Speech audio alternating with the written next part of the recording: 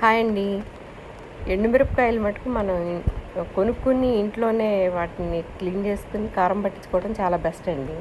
ఎందుకంటే వాటిల్లో black fungus కనపడుతుంది చూడండి. అంటే అది సరిగ్గా ఎండనప్పుడు మిరపకాయలు సరిగ్గా ఎండక బయట ఆరబోస్తారు కదండి పంట పండిన తర్వాత.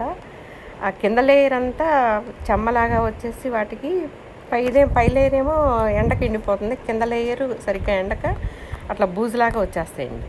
దానిలో ఎఫ్లటాక్సిన్ అని ఒక పాయిజనస్ సబ్స్టెన్స్ ఉంటుంది.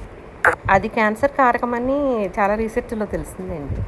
అందుకని ఏం చేస్తారంటే మిరపకాయలు కొన్న తర్వాత తడిగుడ్డతో తుడుచుకొని తొడాలు తీసుకుని ఎండబెట్టుకోవాలండి. ఎండబెట్టుకున్న తర్వాత 3 రోజులు బాగా ఎండలో ఎండబెట్టుకోవాలి. ఎండబెట్టుకున్న తర్వాత కూడా కొన్ని మనకు కనిపిస్తాయి. తొడిన దగ్గర కొద్దిగా పచ్చగా ఉన్నాయంటే పైన మిరపకాయ బాగానే ఉంటుంది, లోపల ఫంగస్ ఉంటుంది. చెక్ చేసుకుని కారం పట్టించుకోవాలండి.